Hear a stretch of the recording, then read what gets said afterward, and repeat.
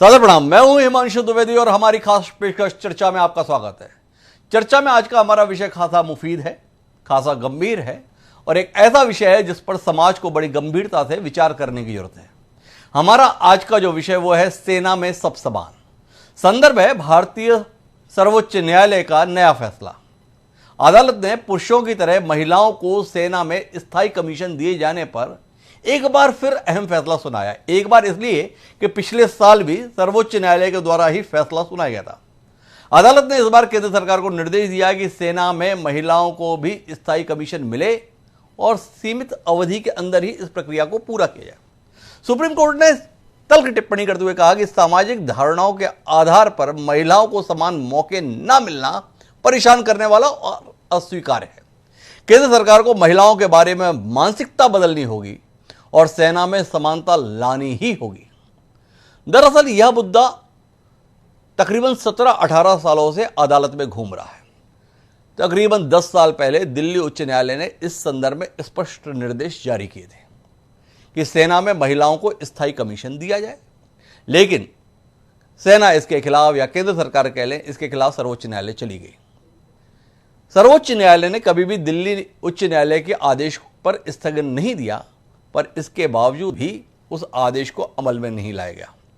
10 साल की लंबी लड़ाई के बाद पहले फरवरी 2020 और अब मार्च 2021 में सुप्रीम कोर्ट ने दिल्ली उच्च न्यायालय के फैसले को बरकरार रखा है। लेकिन सवाल इस बात का है कि इस आदेश के संदर्भ में समय समय पर जो तर्क सेना के द्वारा या केंद्र की सरकार के द्वारा अदालत में प्रस्तुत किए गए हैं वो सामाजिक अवधारणाओं पर आधारित हैं। इसीलिए अदालत ने यहाँ तक की कि यह समाज में नियम पुरुषों द्वारा पुरुषों के लिए ही बनाए गए हैं। तो जानने में हमारी दिलचस्पी है कि एक तो क्या यह बेहद ज़रूरी है कि महिलाओं को सेना में कमोबेश वो सारी ही सहूलियतें और वही सारी जगहों पर तैनाती अनिवार्यता दी जाए जहाँ पर पुरुषों को सामान्य तौर पर तैनात किया जाता है। क्या इसके माध्यम से महिला सशक्तिकरण के संदर्भ में हम वाकई कदम बढ़ाएंगे या अपने जोखिम को और बढ़ा लेंगे? दूसरा जानने में दिलचस्पी इस बात की भी है कि न्यायालय के बार बार आदेशों के बावजूद भी ये दाएं बाएं से रास्ते निकालने का जो इतिहास रहा है, क्या भविष्य भी इसी दिशा में आगे बढ़ेगा?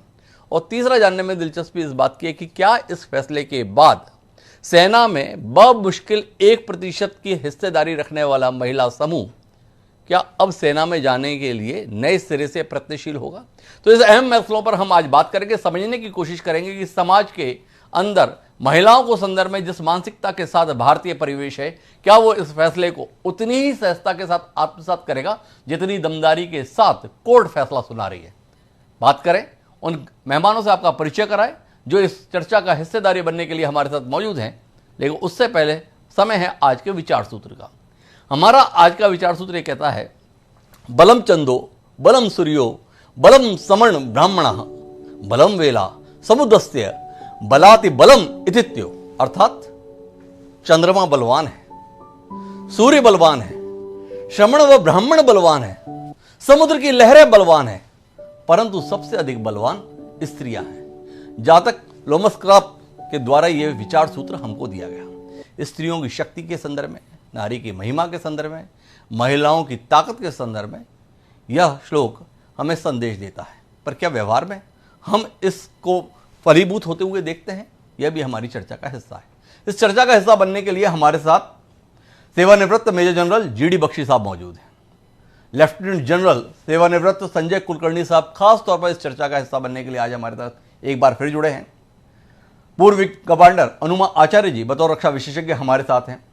थोड़ी देर में हमारे साथ में अमृत कौर होंगी जो रक्षा विशेषज्ञ हैं, और साथ ही अनीता लोधी जी जो उत्तर प्रदेश से विधायक हैं, सामाजिक कार्यकर्ता है, महिला सशक्तिकरण के लिए सक्रिय हैं, वह भी चर्चा का हिस्सा बनेंगे। और हम चर्चा की शुरुआत संजय कुलकर्णी साहब से करते हैं और संजय कुलकर्णी साहब से समझने की कोशिश करते हैं कि आंकड़े हैं कुछ मेरे पास में जो ये बताते हैं कि भारतीय थल सेना में इस समय तकरीबन 12,18,036 पुरुष सेवारत हैं और उनके मुकाबले में कुल 6,807 महिलाएं सेना में सेवाएं दे रही हैं। इस पृष्ठभूमि के बीच में यह फैसला क्या बदलाव लाएगा और कितना जायज पूर्व सैन्य अधिकारी होने के नाते आप इस फैसले को मानते हैं? ऐसे है कि सेनाओं में जी महिलाएं का जो कंट्रीब्यूशन रहा है जी वाकई सराहनीय रहा है, इसमें कोई शक नहीं है। जी मैं खुद देखा है, क्योंकि मैं सब एरिया कमांडर रहा, उसके बाद जिस जिस ओहदे में गया, जहाँ जहाँ लेडी ऑफिसर्स काम करते हैं, उनके काम करने की क्षमता में किसी को कोई शक नहीं है। जी जिस तरीके से वो पैशनेटली कमिटेड है, इसमें भी किसी को कोई शक नहीं है।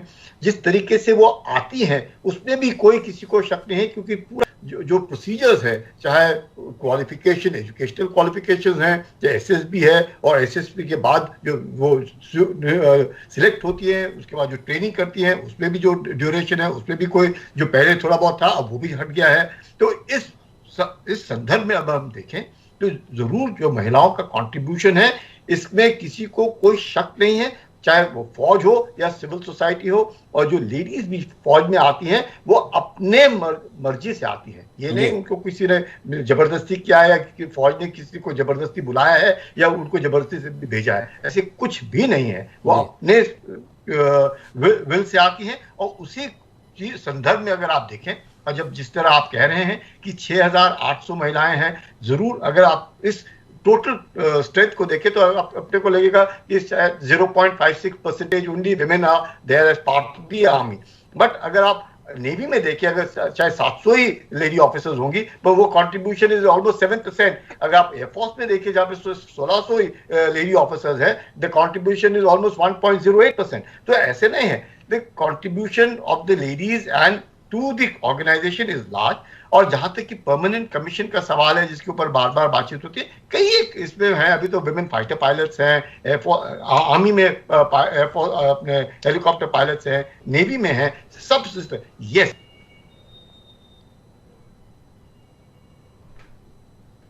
संजय कुलकर्णी साहब से हमारा संबंध तात्कालिक रूप से टूट गया, हम उनके पास फिर से जुड़ने की कोशिश करेंगे। अनुमा आचार्य जी, आपने भी सुना होगा संजय कुलकर्णी साहब जो कह रहे थे, हमने कुछ फिगर साझा किए थे किसके मुकाबले कितने, तो उन्होंने एयरफोर्स के संदर्भ में बताया कि 1607, उन्होंने 1600 के आसपास, 1607 का फिगर है जो महिला तौर पर सक्रिय हैं एयरफोर्स में। 1.08%, 50% आबादी मानी जाती है महिलाओं की। 50 ना मानिए, 48 मान लीजिए, 45 मान लीजिए। और सेना में 1% की मौजूदगी पर कुलकर्णी साहब ये तर्क दे रहे हैं कि काफ़ी बड़ी संख्या में मौजूद हैं। पहला तो सवाल यही है कि ये 1% को आप संतुष्ट हैं अनुमा जी कि आपकी हिस्सेदारी पर्याप्त है? ये पहला सवाल है।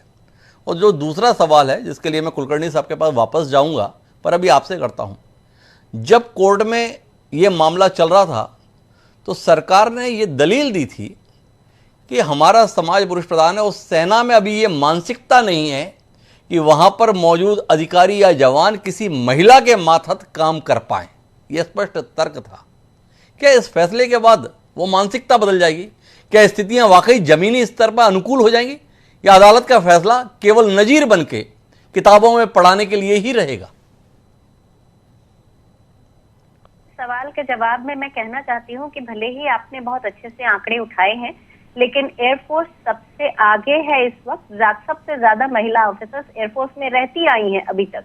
अब आपने कहां से ये आंकड़े लिए हैं मुझे मालूम नहीं, लेकिन एयरफोर्स में जो महिला अधिकारियों की संख्या है तीनों सेनाओं में सबसे ज्यादा है। परसेंटेज के मामले में भी एक बार फिर से इसे देखने की बहुत जरूरत होगी। मैं आपको बीच में रोकता हूं। आपने जानना चाहा कि ये आंकड़े कहां से? राज्यसभा में सरकार के द्वारा उत्तर दिया गया और उस उत्तर में यह बताया गया है कि 6,807 कुल महिला कर्मचारी इस समय सेना में हैं, थल सेना में 1607 एयरफोर्स में हैं और 704 नेवी में है।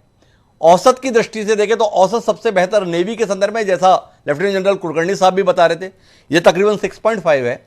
और एयरफोर्स में जो टोटल स्ट्रेंथ है वो 1,46,727 है और उसके मुकाबले 1607, तो वो प्रतिशत 1.08 ही होता है। अनुमा जी, ये आंकड़े सरकार के द्वारा देश की सबसे बड़ी पंचायत, जिसको हम संसद कहते हैं, उसमें दिए गए हैं और उन आंकड़ों को हम यहां कोट कर रहे हैं। हिमांशु जी, वैसे इसके पहले जब भी आंकड़े आए हैं, मैं आपको बता दूं कि वैसे भी भारतीय सेना जो है 70% होती है, वायुसेना 21% होती है और 9% होती है इंडियन नेवी। तो उसी हिसाब से ये होता है इसमें पार्टिसिपेशन। पर हमारा मुद्दा ये नहीं है। आपको मैं फिर भी कहूंगी कि इसके पहले मैंने आज तक जितने आंकड़े देखे थे उसमें महिला अधिकारियों का वायुसेना में सबसे ज्यादा परसेंटेज था। इसके लिए अगर ये आप मुझे बता रहे हैं तो मेरे लिए भी एक तरह की ये जानकारी है, क्योंकि बहुत नई है। और मैं आपको अब ये बता दूं कि शुरुआती दौर में एक केवल वायुसेना ने, मतलब भारतीय सेना और नौसेना का तो कभी इरादा ही शायद नहीं था, उन्होंने सिर्फ गजट नोटिफिकेशन से महिला अधिकारियों की एंट्री की। लेकिन 23 नवंबर 1991 का एक पत्र था जिसके द्वारा भारतीय वायुसेना ने मिनिस्ट्री ऑफ डिफेंस से इसकी एक पॉलिसी निकाली थी, जिसके हिसाब से मैक्सिमम महिला अधिकारियों का परसेंटेज 10% तक हो सकता था। उसमें ये लिखा था कि ये नियुक्ति पहली बार 5 साल के प्रयोग के तौर पर होगी, प्रयोग सफल होगा तो 6 साल का एक्सटेंशन दिया जाएगा, और अगर वो 6 साल भी अच्छी तरह पूरा कर लेती हैं तो महिला अधिकारियों को ये चॉइस दी जाएगी कि क्या वे परमानेंट कमीशन लेना चाहती हैं। कालांतर में जब हम उस लेवल पे पहुंचे, जब हम 11 साल की सर्विस कर चुके थे, तो ये आया कि 4 साल का एक्सटेंशन मिलेगा और उसके बाद आपको बाहर जाना होगा। तो हमने कहा कि आप अपनी बात से पलट रहे हैं। जो विज्ञापन में लिखा था वो भी, जो एयरफोर्स का विज्ञापन था, और जो आपने पॉलिसी लेटर निकाला था उससे भी। और इसी बिना पर 12 मार्च 2010 को हमारा परमानेंट कमीशन का केस हमने जीता था और भारतीय वायुसेना की महिला अधिकारियों को रीइंस्टेट किया गया था अगस्त 2010 में। मैं भी उन्हीं में से एक थी। दूसरा सवाल आपका है कि पुरुषों की मानसिकता का, तो मैं आपको बताऊं कि भारतीय वायुसेना का अपना एक्सपीरियंस है, तो मैं वहीं से बात करूंगी।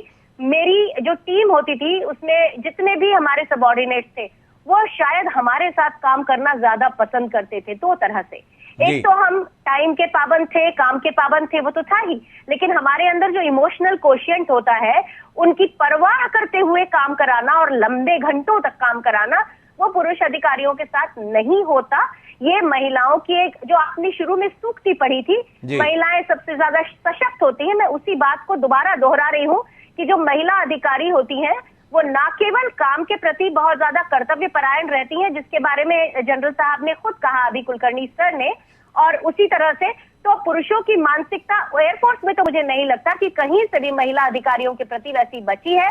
थोड़ा बहुत होगा तो अंदरूनी तौर पर होगा, बाहरी तौर पर नहीं बची है। और एयरफोर्स में महिला अधिकारियों को सबसे बराबरी का दर्जा मिलता है, लेकिन उस बराबरी का दर्जा और सम्मान मिलने का अर्थ ये नहीं है कि उनके प्रमोशन के प्रोस्पेक्ट भी वैसे ही होते हैं। जी, तो महिलाओं के संदर्भ में स्थिति को व्यक्त कर रहे हैं, लेकिन एयरफोर्स में कंडीशन को लेकर काफी हद तक संतुष्ट है हनुमा आचार्य जी। हमारे साथ जनरल जीडी बख्शी साहब जुड़ गए हैं। बख्शी साहब की जमीनी स्तर पर पर्याप्त अनुभव रहा है, उनसे जानने में दिलचस्पी लेते हैं। बख्शी साहब, व्यवहारिक दृष्टि से महिलाओं की सेना में बराबरी से हिस्सेदारी की मांग को कितना व्यवहारिक मानते हैं बख्शी साहब आप? हम अपने लिए संकट पैदा करने जा रहे हैं, हम अपने आप के लिए परेशानी पैदा करने जा रहे हैं। जिन महिलाओं की सामान्य तौर पर शहर में हिफाजत को लेकर इतने विवाद रहते हैं, उनको लड़ाकू क्षेत्रों में तैनात करना, हम सीमाओं की रक्षा करेंगे या महिलाओं की रक्षा करेंगे? ये सवाल सहजता से पूछ लिया जाता है। क्या कहेंगे बख्शी साहब आप? देखिए साहब, ये मैं आपको एक चीज बताना चाहूं, ऐतिहासिक परिप्रेक्ष्य में आप देखें जी, तो नेताजी सुभाष चंद्र बोस ने जी रानी झांसी रेजिमेंट खड़ी करी थी द्वितीय महायुद्ध में। जी, पहली एक रेजिमेंट थी जिसको कॉम्बैट में डाला गया जी। तो अब इसकी कॉम्बैट परफॉर्मेंस क्या थी? जापानी बहुत नाराज थे जी, क्या कर रहे हैं साहब, ये तो होता ही नहीं। और जब 80 में आया, मुझे थोड़े अफसोस से कहना पड़ता है कि प्रॉब्लम्स खड़ी हो गई, उनको बचा के लाना, ये लाना वो लाना, उसमें काफी कष्ट हुआ था।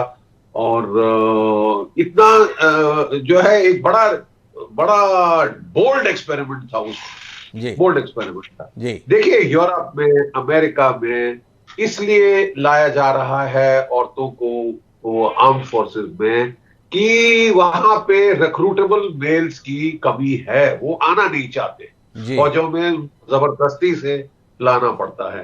तो इसके लिए जो है महिला अधिकारियों को आप लाएं, खासकर एयरफोर्स में, नेवी में, वो टेक्निकल आर्म्स है और वहां वो बहुत अच्छा करती हैं बेटियां। और खासकर अब तो फाइटर पायलट भी बन गई जी, फाइटर पायलट बन गई, टेक्निकल स्किल की बात है। और डायरेक्ट कांटेक्ट नहीं है दुश्मन के साथ, वो दूर से बियॉन्ड विजुअल रेंज मिसाइल है, वो ठीक है जी। आर्मी में प्रॉब्लम है साहब। हमारे जो 80% फौजी हैं 80% फौजी हैं गांव के जी। और अभी तक कल्चरली उनको बिल्कुल मतलब समझ नहीं आता साहब कि हमारे ऊपर ये बहुत कम इतिहास में एग्जाम्पल्स हैं। हाँ, रानी झांसी है और कई और इस तरह की वीरांगनाएं हैं जो इतिहास में आई है, बट बाय एंड लार्ज गांव में बिल्कुल नहीं चलता। वो रोल्स बड़े ही ज्यादा ट्रेडिशनली डिफाइंड है और जी। उन लड़कों को बड़ा अजीब लगता है जब ये करना पड़े। प्रैक्टिकल प्रॉब्लम्स भी आती हैं। बेचारी आप एक बिटिया को हमारी, क्या मैं अपनी बेटी को फौज में भेजूंगा? जी। नहीं नहीं, जी। I don't want in combat. जी। वो उसकी जगह नहीं। मेरा काम है बचाना और ये सब करना। तो I am very sorry but ये है बड़ी व्यवहारिक बात कह रहे हैं जीडी बख्शी साहब। लेकिन बख्शी साहब, आपसे सवाल इस बात को है, आप उनको शॉर्ट सर्विस कमीशन में तो ले लेंगे पर उन्हें परमानेंट कमीशन नहीं देंगे। अगर इतनी दिक्कत है, इतनी परेशानी है, तो शॉर्ट सर्विस भी क्यों? उन्होंने अपने जीवन के 5 साल, 10 साल, 14 साल तक फौज में लगा दिए और फौज ने उनको एक दूध में मक्खी की तरह से निकाल कर भेज दिया। कोई पेंशन नहीं, कोई पूर्व सैनिक के तौर पर अधिकार, सुविधाएं, सहूलियत आने वाले जीवन में नहीं। क्या आपको नहीं लगता है कि अगर इतनी परेशानी थी परमानेंट कमीशन देने के संदर्भ में, तो महिलाओं के संदर्भ में आप 12 साल, 14 साल में वो सारे फैसिलिटी दे देते जो फैसले आप 20 साल के बाद लेते? नहीं, ऐसा है कि वो शुरू से ही एक्सपेरिमेंटल तौर पे लिया गया था भारत के कॉन्टेक्स्ट में। ये बहुत भारी एक्सपेरिमेंट था। हालांकि जैसे मैंने बोला, हमारा पहला एग्जांपल है रानी झांसी रेजिमेंट, वर्ल्ड वॉर 2 में नेताजी सुभाष चंद्र बोस की। ये पहला, उस वक्त किसी सेना में नहीं था सिवाय रूसी सेना में मोटर्स चलाती थी औरतें, ठीक है, मोटर्स तक चलाती थी। उनकी साइज वगैरह डील डॉल भी बहुत। तो मैं कहना ये चाहता हूं कि थोड़ा सा ट्रेडिशनल एटीट्यूडनल प्रॉब्लम्स थी जो समझ लेता है जी। आप केवल हुक्म देके you have to manage change, you have to manage change जी। और चेंज एकदम से नहीं होता, वो एटीट्यूडनल प्रोफाइल चेंज करना, ये करना। और आप पूछे, बिटिया हमारी दोनों बैठी हैं। जहां तक आर्मी, जहां तक एयरफोर्स और नेवी का सवाल है जी, जहां पे इस टाइप की प्रॉब्लम्स नहीं है। जैसे अब जब आप बाहर जाते हैं, ठीक है, लड़के जहां भी हैं उठा के कपड़े उतार के वहां नदी में नहा लेंगे। Is that possible for a girl? जी। हमको इंश्योर करना है कि हम बाहर गए, पहाड़ चढ़े 16,000 के आसपास, you still have to provide facilities for my daughter जी, फॉर माय गर्ल। और इसमें थोड़ा सा प्रॉब्लम आता है, थोड़ा सा कल्चरल है। Over time it will change. कुल मिलाकर दिक्कत है जीडी बख्शी साहब, व्यवहारिकता के आधार पर अपने जीवन को पूरा सेना में खपाए हुए हैं और पहलू उठा रहे हैं। लेकिन इस लड़ाई को लड़ने वाली अमृत कौर जी भी हमारे साथ में हैं, जो इस पूरी कोर्ट कचहरी के दौर में उन सेना की महिलाओं के साथ खड़ी हुई थी जो अपने हक की लड़ाई लड़ रही थी। हम उनके पास जाएंगे, लेकिन उससे पहले अनीता लोधी जी, आपके पास आता हूं। कितनी साथ में आप महिला अधिकारियों के संदर्भ में, इस मांग के संदर्भ में, जिस देश में यह अपेक्षा की जाती है कि अगर आप किसी महिला को खड़ा देखें तो आप अपनी कुर्सी बस में छोड़ दें क्योंकि महिला खड़ी हुई है और आप बैठे हुए हैं, इस प्रिविलेज के साथ में हम महिलाओं के साथ व्यवहार करना चाहते हैं या महिलाएं अपने संदर्भ में इस प्रिविलेज को चाहती हैं? लेडीज फर्स्ट बड़ी आसानी से बोल दिया जाता है। एयरपोर्ट की कतार में लगते हैं, पुरुष पता चला 200-200 खड़े हुए हैं, महिलाओं के संदर्भ में अलग कतार तो उन्हें पहले निकाल दिया जाए, ये अपेक्षा रहती है। और जब इस तरीके की हिस्सेदारी की बात आए तो कहा जाता है महिलाओं को बराबरी से जगह मिलनी चाहिए। दूसरी जगहों पर प्राथमिकता, और यहां पर जो विशुद्ध रूप से पुरुषों का क्षेत्र लंबे समय से बना आया है उसके अपने कारण है, जैसे बख्शी साहब ने कहा। इसके बावजूद भी मांग, क्या कहेंगी आप अनीता जी इस संदर्भ में? जैसे कि जीडी बख्शी साहब ने जो विषय रखा जी, वो वाकई एक बहुत ही व्यावहारिक जो समस्या है वो रखी जी। कि मतलब अपनी बेटी को फौज में भेजने के लिए या आर्मी में भेजने के लिए एक अभी भारतीय जो मानसिकता है वो उस तरह से अभी पूर्ण रूप से तैयार। अनीता जी, मैं आपके पास वापस आऊंगा। आपकी ऑडियो के साथ में थोड़ी दिक्कत है हमें। मैं अमृत कौर जी के पास जरूर जाता हूं और अमृत जी, आपसे इस लड़ाई को समझना चाहता हूं। क्या ऐसी परिस्थितियां बनी जिसके चलते इतनी लंबी लड़ाई लड़ने की नौबत आई? अदालत के फैसले आते रहे पर व्यवहार में वो फलीभूत नहीं हुए, ये साफ तौर पर दिखता है। जो ताजा तरीन आदेश है उसमें इस बात की खन्नता भी व्यक्त हुई। थोड़ा इस पूरी लड़ाई को आपके माध्यम से हमारे दर्शक जान पाए। जी जरूर। देखिए 1960 के दशक में सबसे पहले लेडी ऑफिसर्स को मेडिकल कोर में जी इंट्रोड्यूस किया गया था एज अ शॉर्ट सर्विस जी। उनकी परफॉर्मेंस के हेतु उनके जिस तरह से उन्होंने परफॉर्म किया उन्हें परमानेंट कमीशन ग्रांट किया गया और कई ऐसी लेडीज थी जो जनरल के रैंक तक पहुंची और उन्होंने लीड किया अपनी टीम्स को। जी। 1992 में पहली बार आर्मी ने डिसाइड किया कि लेडी ऑफिसर्स को ऑन अ जो जीबी बख्शी सर अभी मेंशन कर रहे थे एक्सपेरिमेंटल बेसिस पे लेडी ऑफिसर्स को शॉर्ट सर्विस कमीशन के रूप में इंट्रोड्यूस किया गया, उन्हें कमीशन किया गया। जी। सबसे पहले उनको ये बता दिया गया था कि 5 साल की आपकी सर्विस होगी और ये एक्सपेरिमेंटल तौर पे होगी। बहुत सारी कठिनाइयां डेफिनेटली उन लेडी ऑफिसर्स ने देखी क्योंकि एक तरह से नया दौर कह लीजिए, वो एक तरह का नया दौर था लेडी ऑफिसर्स के लिए, एक बहुत नया एक्सपीरियंस था जी। लेकिन जैसे जैसे टाइम व्यतीत होता गया 5 साल की सर्विस पूरी होने पर उन्हें अगेन एक्सपेरिमेंटल बेसिस पे एक्सटेंशन दिया गया फॉर 10 ईयर्स जी। 10 ईयर्स की सर्विस के बाद में लेडी ऑफिसर्स ने ये रियलाइज किया कि आई थिंक उनकी service is commendable enough. I think वो मर्दों के साथ, मेन के साथ कदम से कदम मिलाकर आई थिंक एक्सपीरियंस के साथ अपना परफॉर्मेंस पूर्ण रूप से दे पा रही हैं, कर पा रही हैं। तो उन्होंने कोर्ट्स के दरवाजों को खटखटाया। पहली दफा 2010 में हाई कोर्ट ने ये ऑर्डर पास किया कि लेडी ऑफिसर्स को परमानेंट कमीशन ग्रांट किया जाए एज पर दी फाइट। जो मांग रखी लेडी ऑफिसर्स ने और जो उन्होंने तर्क रखे उसके आधार पर हाई कोर्ट ने 2010 में सबसे पहले ये बोला कि आप लेडीज को प्रदान कीजिए परमानेंट कमीशन, स्थायी कमीशन दीजिए। लेकिन union of India, Indian army ने against high court, supreme court का दरवाजा खटखटाया और ये लड़ाई आगे बढ़ती गई जी। फिर फरवरी के महीने में 2020 में फिर ऑर्डर पास हुआ फ्रॉम सुप्रीम कोर्ट, क्योंकि सुप्रीम कोर्ट ने भी हाई कोर्ट का जो हुक्म था उसको सही माना और उन्होंने ये बोला कि आप लेडीज को विदाउट एनी डिस्टिंग कंडीशन, जो लेडीज डिजर्विंग हैं, आप उनको परमानेंट कमीशन देंगे, उनको आप पेंशन देंगे।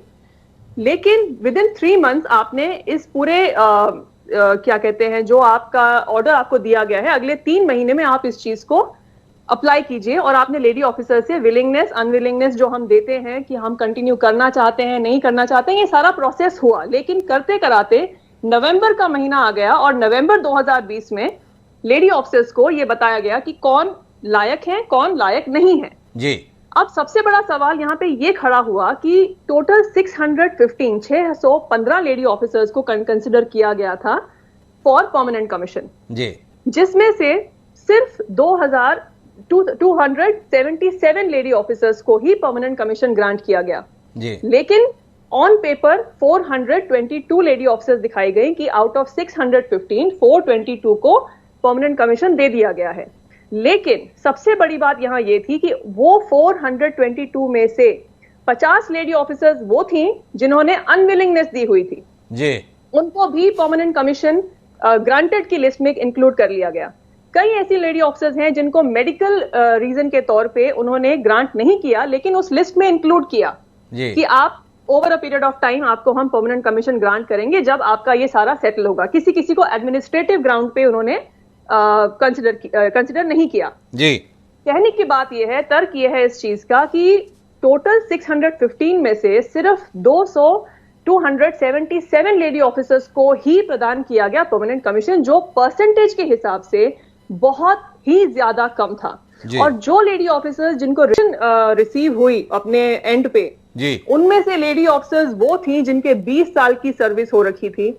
इतनी एक्सपीरियंस लेडी ऑफिसर्स, विशिष्ट सेवा मेडल पाई हुई लेडी ऑफिसर्स और बहुत ही कमेंडेबल परफॉर्मेंस के साथ कमेंडेशन कार्ड ली हुई लेडी ऑफिसर्स, इस तरह की महिलाएं थी जिनको उन्होंने रिजेक्ट कर दिया। तो जब उन्होंने जाके सुप्रीम कोर्ट का दरवाजा फिर से खटखटाया कि आप हमें हमारा रीजन दीजिए कि आपने हमें रिजेक्ट किस बिना पे किया है, आई थिंक इट इज एक बेसिक राइट है ह्यूमन बीइंग का, यह एक नॉर्मल इंसान का एक राइट है कि मैं जानना चाहती हूँ आपने मुझे रिजेक्ट क्यों किया जी। काफी ऊपर नीचे होने के बाद आर्मी ने रिस्पांस में ये बोला कि लेडी ऑफिसर्स जो 5वें साल में अपनी सर्विस में जब वो थी, अपने 5वें साल में जब वो सर्विस में थी, उस समय पे जो सबसे लोएस्ट मेरिट में, जो सबसे लोएस्ट जेंटलमैन ऑफिसर का जो मेरिट है लेडी ऑफिसर्स को उसके लेवल पे आना पड़ेगा, वो मैच करना पड़ेगा।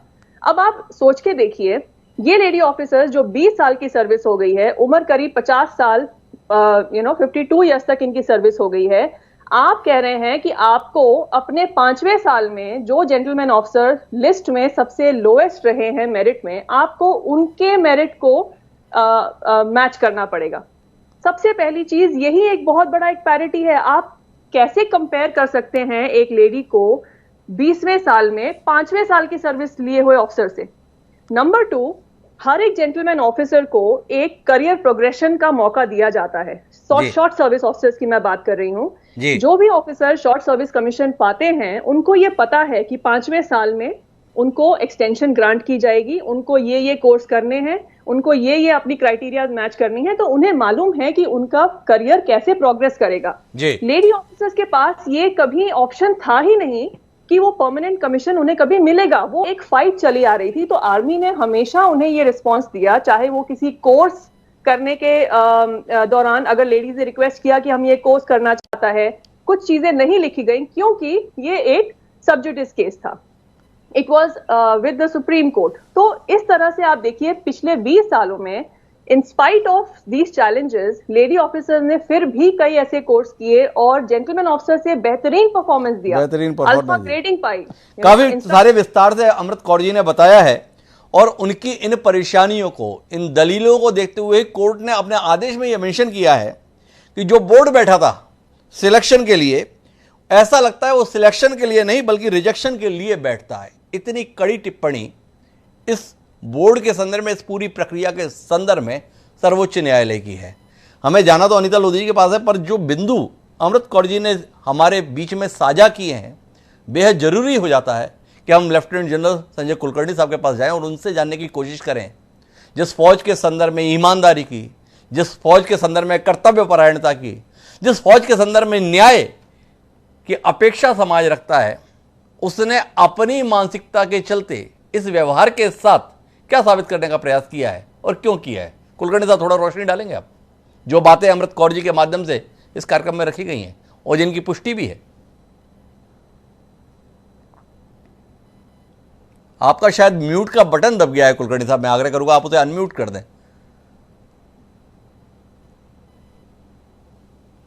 जी आप जी सुन पा रहे हैं अभी? जी बिल्कुल। अच्छा, सबसे पहली बात कि there is no gender discrimination.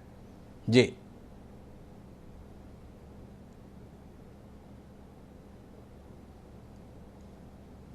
Kulkarni साहब, फिर से आपकी आवाज में कोई दिखा है। जो लेडी ऑफिसर्स को लिया गया था जी, वो 5 साल के लिए एक्सपेरिमेंटल बेसिस पे लिया गया और उसके बाद परमानेंट कमीशन की बात हुई। जहां की परमानेंट कमीशन की बात होती है, आप देखेंगे इवन फॉर मेल ऑफिसर्स जब परमानेंट कमीशन के लिए वो कंसिडर किए जाते हैं, दी जनरली इनिशियली, मेरे को अभी भी याद है, I can go back even as late 1983-84, the selection rate used to be about between 30 to 32%। इसमें कोई बड़ी बात नहीं, 30 to 32%। उसके बाद ये जो 5 years वाला जो शॉर्ट सर्विस कमीशन है, got extended to 10 years and finally to 40। जी सवाल है 14 years, तो धीरे धीरे करके जब 5 से 10 साल और 10 साल से 14 साल जिस तरह बढ़ता रहा, अब सवाल यह था कि लेडी ऑफिसर्स को परमानेंट कमीशन के लिए जो आदेश आए, कोर्ट से आदेश आए, और इसमें कोई शक नहीं कि परमानेंट कमीशन दिया गया, लेकिन फाइटिंग आर्म्स में सवाल ही नहीं पैदा, वो तो आती नहीं है। फाइटिंग आर्म्स में इन्फेंट्री में कोई लेडी ऑफिसर नहीं है, आर्मर्ड कोर में कोई लेडी ऑफिसर नहीं है, आर्टिलरी में कोई लेडी ऑफिसर नहीं है। बाकी इसमें जरूर है, आप एयर डिफेंस में है, एविएशन में है, इंजीनियर्स में है, ऑर्डिनेंस में है, एसी में, सब जगह आपको मिलेंगे, पर यहाँ में अब सवाल ये है, ये कहना कि रिजेक्शन रेट, अब जब सिलेक्शन है, जब आप कोर्ट भी ये नहीं कहता है कि आप सबको लेंगे, they are only recommending, ये all of them who are there, इनको आप कंसिडर कीजिए। अब कंसिडर जब करेंगे, there is certain criteria, it is not a rejection criteria, it's a selection criteria। चाहे आपका मेडिकल हो, चाहे आपके कोर्स रिपोर्ट्स हो, चाहे आपके बरखलाफ डिसिप्लिन, विजिलेंस जो कोई कार्रवाई हो, सबको मद्देनजर रखते हुए क्राइटेरिया बना। तो ये कहना कि the lady officers have been discriminated, it would be wrong। They are not discriminated। जहां तक मैं कुलकर्णी साहब माफी चाहूंगा बीच में हस्तक्षेप के लिए। इस नियम के संदर्भ में आप क्या कहेंगे कि जिन महिलाओं की उम्र 50 साल है, उनके संदर्भ में चयन के लिए शर्त रखी जा रही है कि शॉर्ट सर्विस कमीशन में जो अधिकारी है, पुरुष अधिकारी हैं, 5वें साल में हैं, उनकी जो फिटनेस का लोअरेस्ट लेवल है वो आपका एलिजिबिलिटी लेवल होगा। इसको कितना जायज मानते हैं कुलकर्णी साहब फौज से बाहर आने के बाद?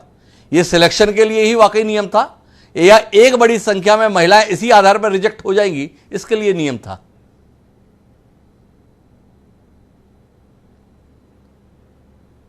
जी कुलकर्णी साहब।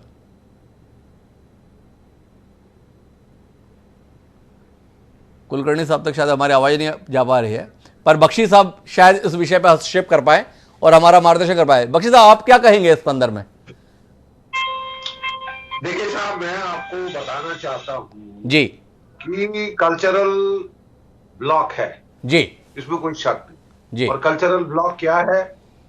Protective. It is not that कोई हॉस्टाइल है जी, प्रोटेक्टिव एटीट्यूड है जी जहां आप बिटिया को देखते हैं अपनी बेटी याद आती है। जी so you are quite protective. मैं आपको प्रैक्टिकल एग्जांपल दे रहा हूं। किश्तवाड़ में मैं ऑपरेट कर रहा था, कमांड कर रहा था, ब्रिगेड अपनी कमांड कर रहा था काउंटर टेररिस्ट ऑपरेशन में। एक दिन सुबह सुबह बड़ी जोर की झड़प ये टेररिस्ट के साथ हुई। 2 टेररिस्ट मारे गए, हमारे 2 लड़के घायल हुए, हेलीकॉप्टर बुलाना पड़ा ये, और वहां पता चला 5-7 टेररिस्ट हैं। तो वो कह रहे सर हम ऑपरेशन कॉल ऑफ कर रहे हैं, हमारे 2 लड़के घायल हो गए। मैंने कहा absolute nonsense, please continue the operation, मैं आ रहा हूं जी। I would personally like to see this operation जी। तो साहब सब लोग हैरान हो गए कि कमांडर साहब खुद फायर के नीचे जा रहे हैं। मैं कहा that's it, that's my style जी। तो जब हमारा कॉन्वॉय लगी गाड़ियों की, 1-2 गाड़ी आगे लगती है मशीन गन के साथ, फिर radio vehicle, jammer vehicle, reserve vehicle वगैरह वगैरह वगैरह, सिग्नल्स की गाड़ी, कुछ 7-8 गाड़ी की कॉन्वॉय लगी। तो एक उन्होंने एम्बुलेंस लगा दी, जीप एम्बुलेंस छोटी सी, और बेचारी हमारी जो लड़की थी एक छोटी बिटिया हमारी, शी वॉज कैप्टन एएमसी की, वो भी खड़ी हो गई सर आई विल गो जी। उसकी शक्ल बिल्कुल मेरी बेटी से मिलती थी जी। तो मैंने अपने बीएम को बोला ये बिटिया नहीं आएंगी जी, I don't want it will be on my conscience, अगर इसको गोली गोली लग जाए, कुछ हो जाए, इसका नुकसान हो जाए जी। तो उसको मैंने, वो she was very disappointed, sir I am not frightened. मैं कहा नहीं बेटा आई कांट टेक यू जी, एज सिंपल एज दैट। तो मैं झूठ क्यों बोलूं जी, कल्चरल एटीट्यूड है। मैं इनमें से किन्हीं भी 3 को देखता हूं, बिटिया की याद आ जाती जी। So I would not like to subject my daughter to any of this hardship, harshness beyond the point. जी। और कॉम्बैट में तो मैं बिल्कुल नहीं पसंद करूंगा, इसलिए आर्मी के अंदर भी जो नॉन कॉम्बैट आर्म्स हैं, कॉम्बैट सपोर्ट आर्म्स हैं, वहां पे है और बच्चे अच्छे कर रहे हैं। Over a period of time this cultural attitude will change, specially with the boys from the village. ये आपने जो बात कही सर, ये तो आपने एक कल्चरल संदर्भ में बात पूरी कह दी, लेकिन सवाल जो था, जो हमारे बीच में अमृत कौर जी के द्वारा प्रस्तुत हुआ कि आपने महिलाओं को परमानेंट कमीशन न देने की खातिर एक ऐसी शर्त थोप दी उन्हें पात्रता के संदर्भ में कि जो 5वीं साल का मेल ऑफिसर का लोएस्ट लेवल है वो 50 साल की उम्र में महिला अधिकारी का लेवल होना चाहिए एलिजिबिलिटी के लिए। इसके संदर्भ में आप क्या कहेंगे? क्या इसे आप मानते हैं महिलाओं के प्रति दुराग्रह? क्या इसे महिलाओं के साथ जाति? क्या इसे महिला अधिकारियों के अधिकारों पर अतिक्रमण? क्या कहेंगे आप इस संदर्भ में, इस फैसले को? I would say it is that cultural mindset. I mean, let's not ignore that cultural mindset. जी। ये कहना कि साहब है इंडियन आर्मी में, I think it, आप झूठ बोल रहे हैं। आप झूठ बोल रहे हैं। ये कहना है कि ये कल्चरल एक माइंडसेट है, इस मानसिकता के साथ फौज है जिसके अंतर्गत महिलाओं की मौजूदगी को लेकर सहज नहीं हो पाते हैं। कुछ हस्तक्षेप करने जा रहे अमृत कौर जी भी और अनुमा आचार्य जी भी। अमृत कौर जी की बात सुनता हूं और एक बार मैं फिर से कोशिश करूंगा अनीता लोधी जी के पास जाने की, क्योंकि मुझे सामाजिक पहलू पर बात करनी है इस कार्यक्रम के अंतर्गत। जी अमृत जी।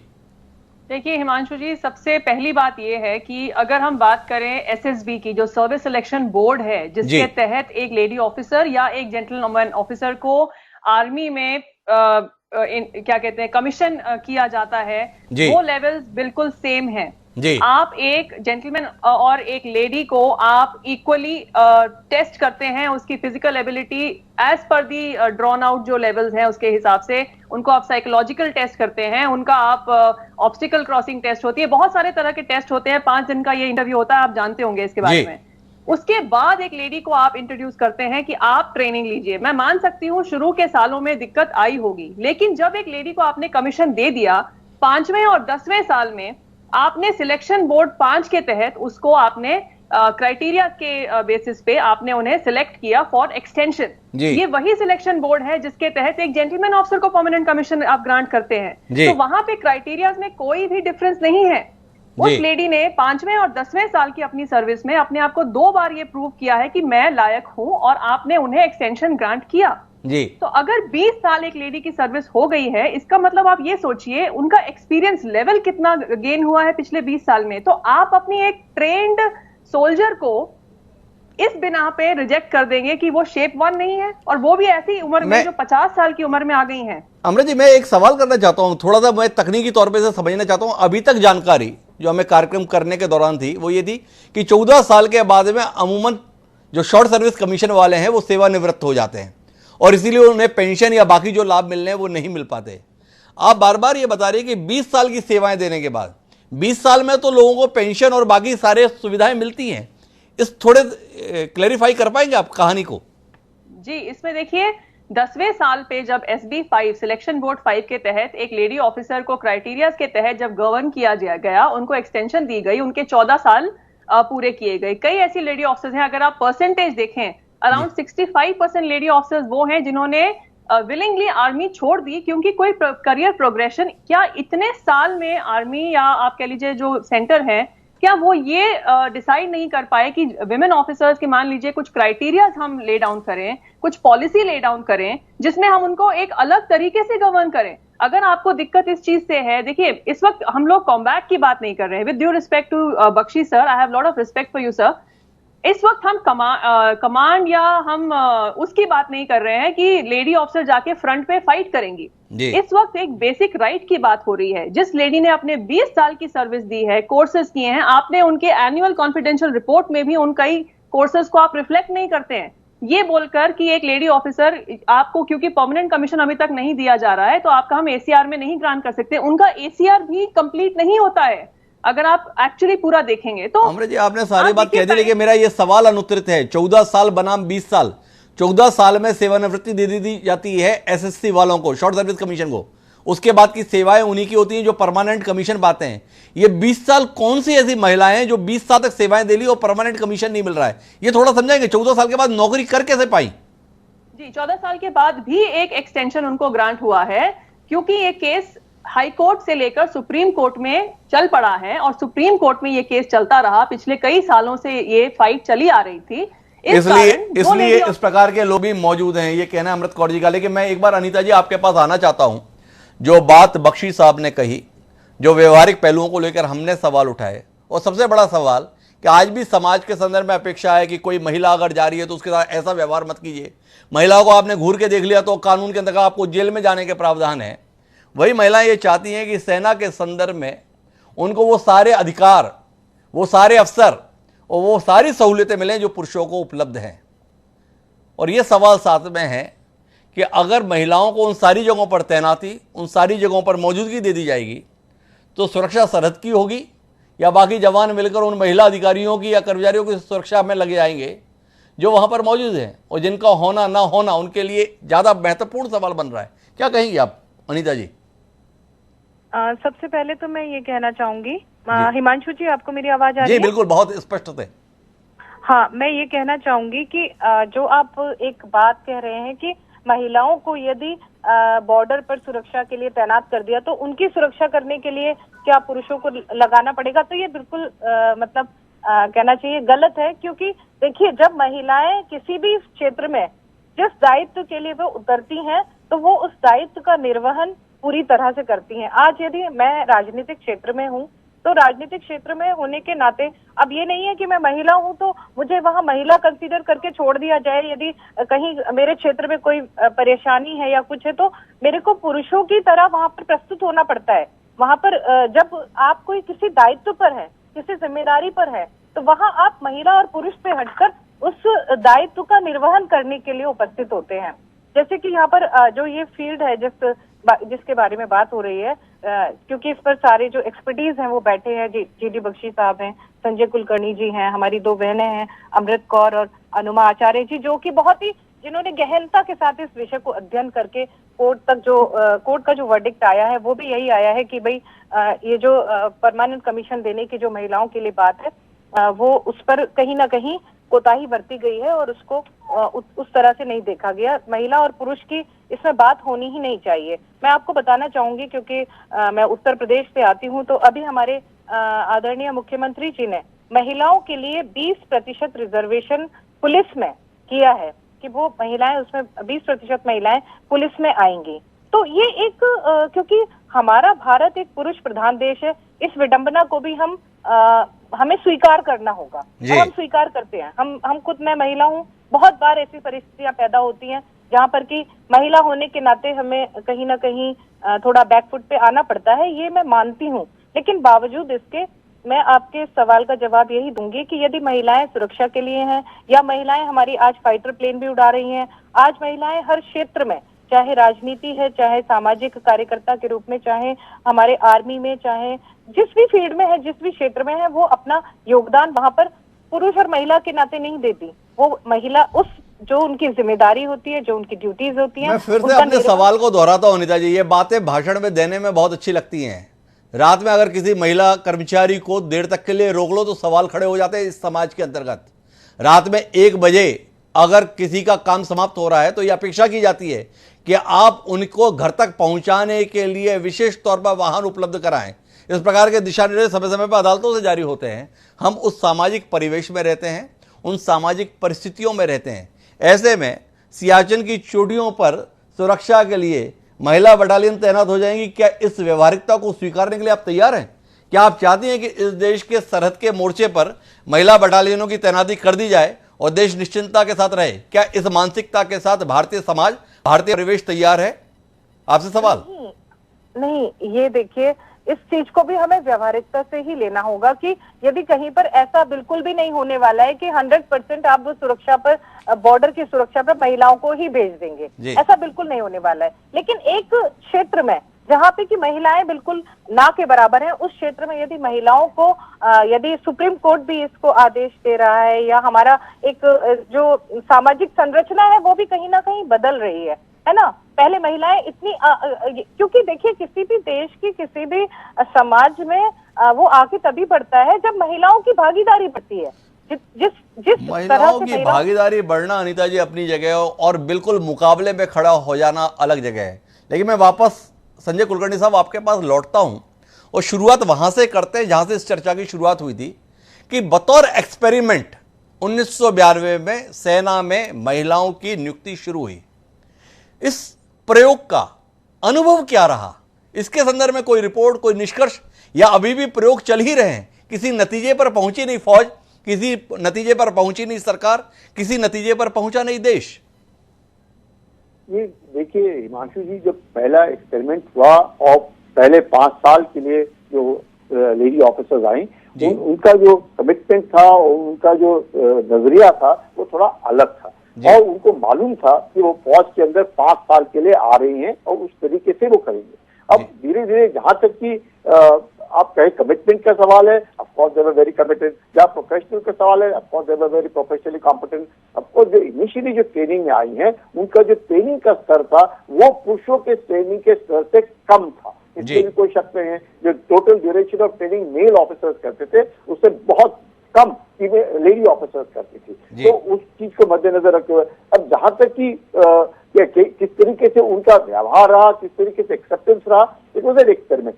दे वर वेरी वेल एक्सेप्टेड। ये कहना कि परेशानी नहीं, ये कहना कि जो जवान है उनके नीचे काम नहीं करेंगे, ये भी ठीक नहीं था। जवान काम करने के लिए भी तैयार थे। जहां तक कि कॉम्बैट आर्म का सवाल है, डेफिनेटली फ्रॉम डे 1 उनको कॉम्बैट आर्म से दूर रखा गया और ये जरूरी है। मैं कहूंगा चाहे कोई माने ना माने, the lady officers must be kept away from combat arms. आज की तारीख तक तो definitely there is no dearth of male officers to be doing this job and the lady officers ये सोसाइटी में भी और वैसे भी। कुलकर्णी साहब, मैं आपको बीच में रोकता हूं। महिलाओं को लड़ाकू वाली जगहों से दूर रखना ही चाहिए। बख्शी साहब भी कह रहे हैं, कुलकर्णी साहब भी कह रहे हैं। क्यों? क्योंकि वो भारत की महिलाएं हैं, भारतीय परिवेश की महिलाएं हैं, इसलिए ये नजरिया है। क्योंकि नॉर्वे 1980 में पहला नाटो देश जिसने महिलाओं को लड़ाकू के मोर्चे पर तैनात करने के लिए अनुमति दी। कनाडा, इजराइल, डेनमार्क और अब तो अमेरिका भी, तमाम देश महिलाओं को मोर्चे पर तैनात कर रहे हैं। पर आप जैसे अनुभवी, सुयोग्य अफसर इस संदर्भ में बहुत स्पष्ट राय के साथ हैं कि नहीं नहीं, ये संभव नहीं। क्यों? कुलकर्णी साहब से भी पूछ रहा हूं, फिर बख्शी साहब आपके पास में भी आता हूं, क्योंकि आप भी इसमें नजरिया देना चाहते हैं। जी कुलकर्णी साहब।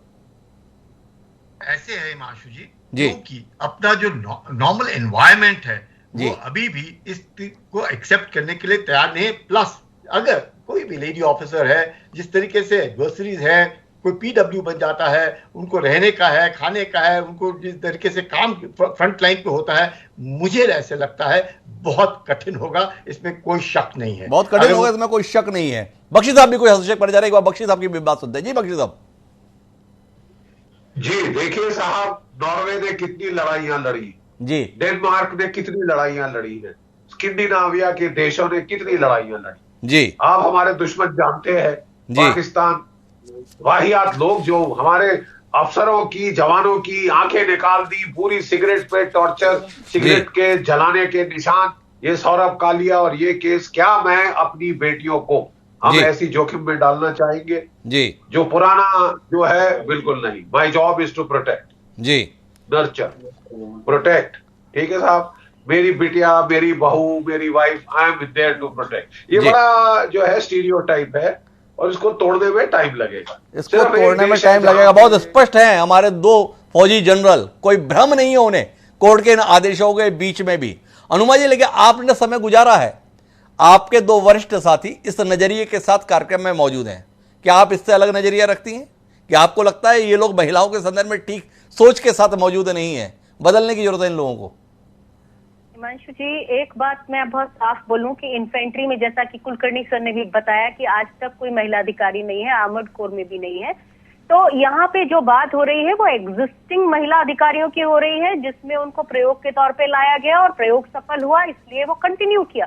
तो यहाँ पर इन्फेंट्री की बात नहीं होती और जनरल इन्फेंट्री की बात है। अनुमा जी, केस के अंतर्गत जब सुप्रीम कोर्ट का ऑर्डर आया तो आर्मी ने 10 शाखाओं में स्थायी कमीशन देने की बात कही, जिसमें आर्मी एयर डिफेंस है, सिग्नल्स है, इंजीनियर्स है, आर्मी एविएशन है, इलेक्ट्रॉनिक्स है, mechanical engineer, army service corps, army ordnance, intelligence corps, जज और advocate general, army education corps, इन 10 शाखाओं में ही परमानेंट करने की बात कही। इस पर आपत्ति की जो रिट लगी उसके अंतर्गत कि ये हमारे साथ ठीक नहीं हो रहा है, हमें सभी जगहों पर परमानेंट कमीशन दिया जाना चाहिए।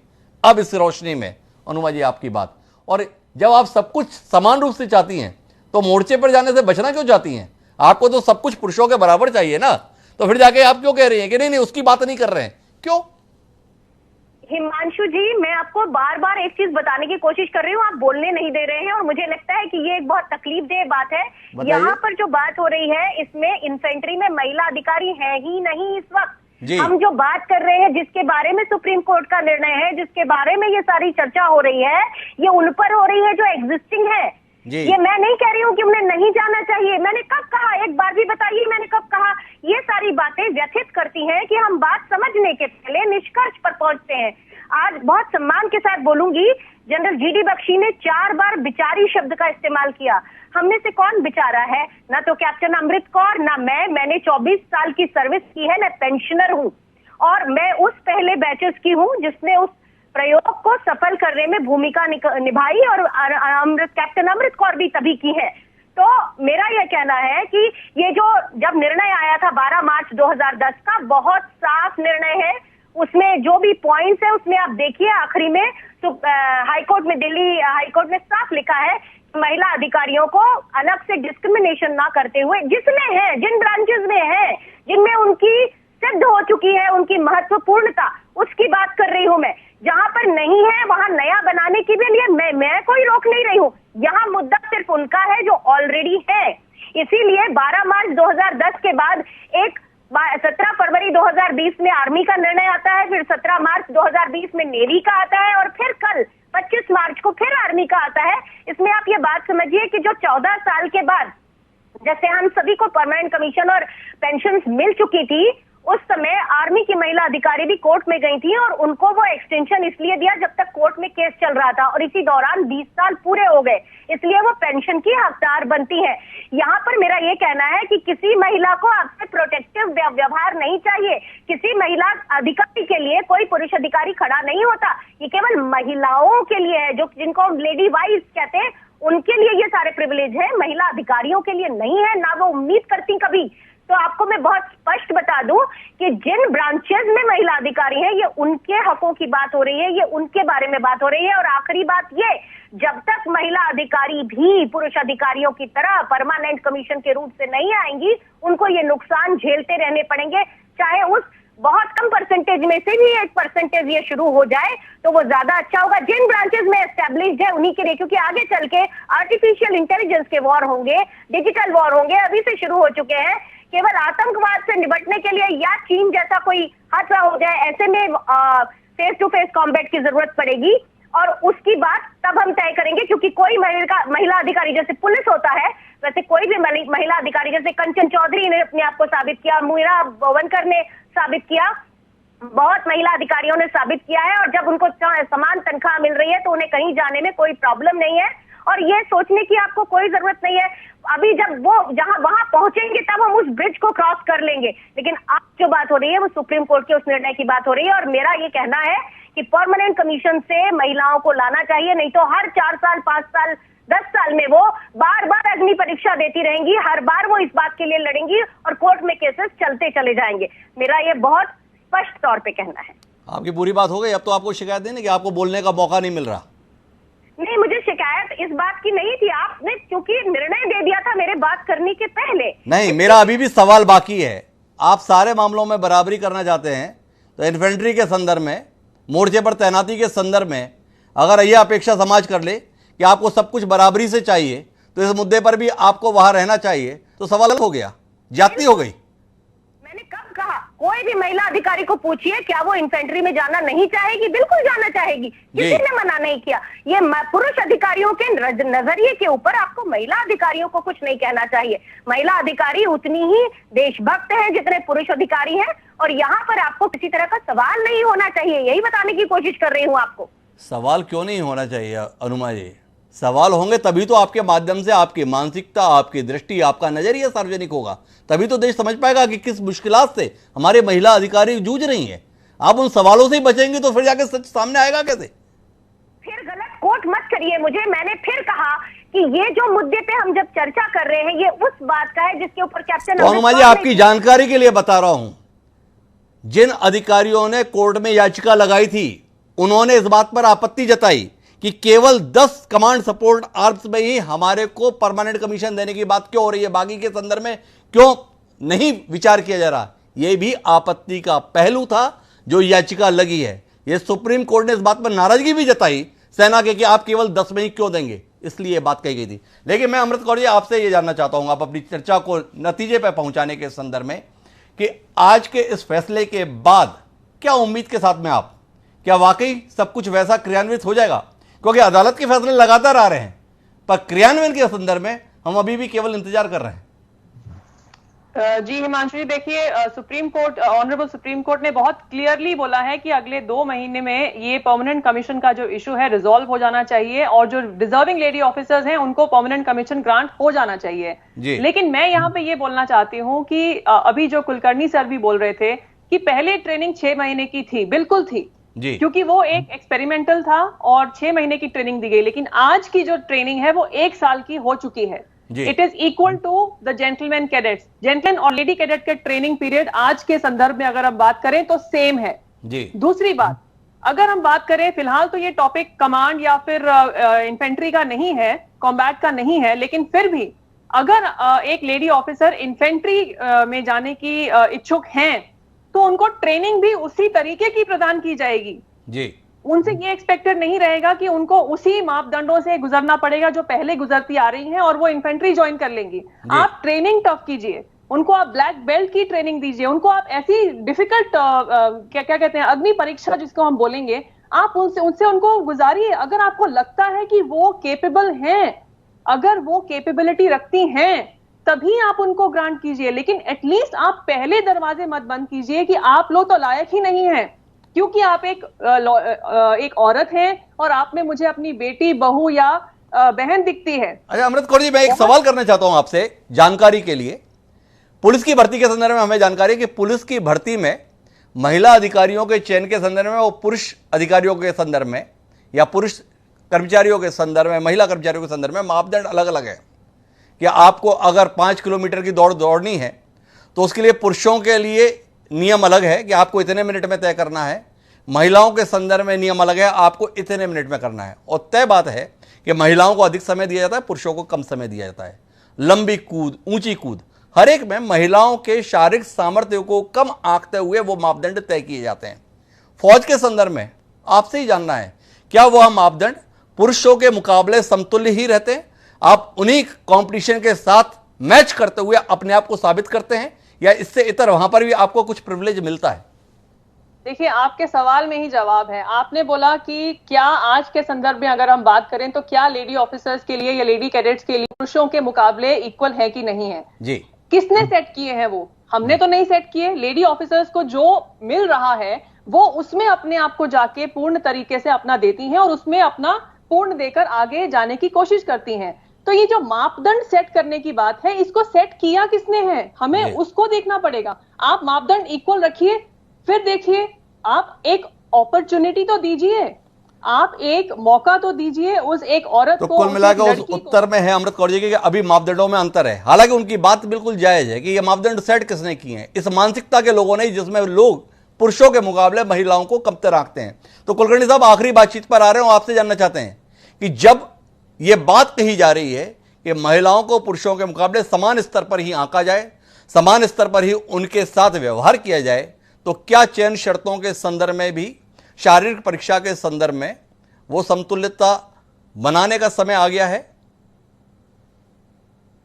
हिमांशु जी, मैं कहूंगा ये थोड़ा सा सेंसिटिव सवाल है, क्योंकि क्या होता है जहां पे मापदंड का सवाल है, जरूर फर्क है, इसमें कोई शक नहीं है। अगर आप सब सिमिलर मापदंड रखेंगे, आप देखेंगे the relegation rate will be extremely high.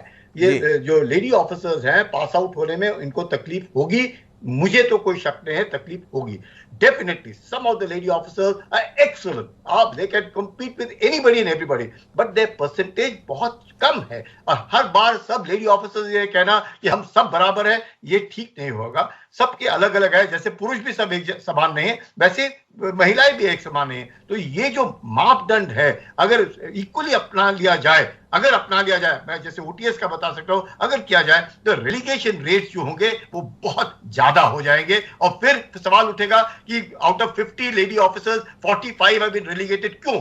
Why are they being relegated? So therefore there is a little bit of leniency being shown। और जो उनके मापदंड है, जैसे अमित जी कह रही है, बिल्कुल ठीक है, उनके मापदंड है। अगर 5 किलोमीटर है, 2 माइल रेस है, उनके अलग अलग टाइमिंग्स है, तो अपने टाइमिंग्स में जो वो क्लियर करती है, इसमें कोई शक नहीं है। Yes, if there has to be total equality जिसे बोलते हैं, इसमें कोई नहीं होना, तो मुझे लगता है फिर कोई जरूरत ही नहीं है, एवरीथिंग शुड बी इक्वल। और फिर देखते हैं कितने पास होंगे, कितने फेल होंगे, तो कितने पास होंगे, कितने फेल होंगे। कुछ कहना चाहती हैं अमृत कौर जी, आखिरी टिप्पणी उनकी लेते हैं इस कार्यक्रम के समापन के लिए। जी अमृत जी।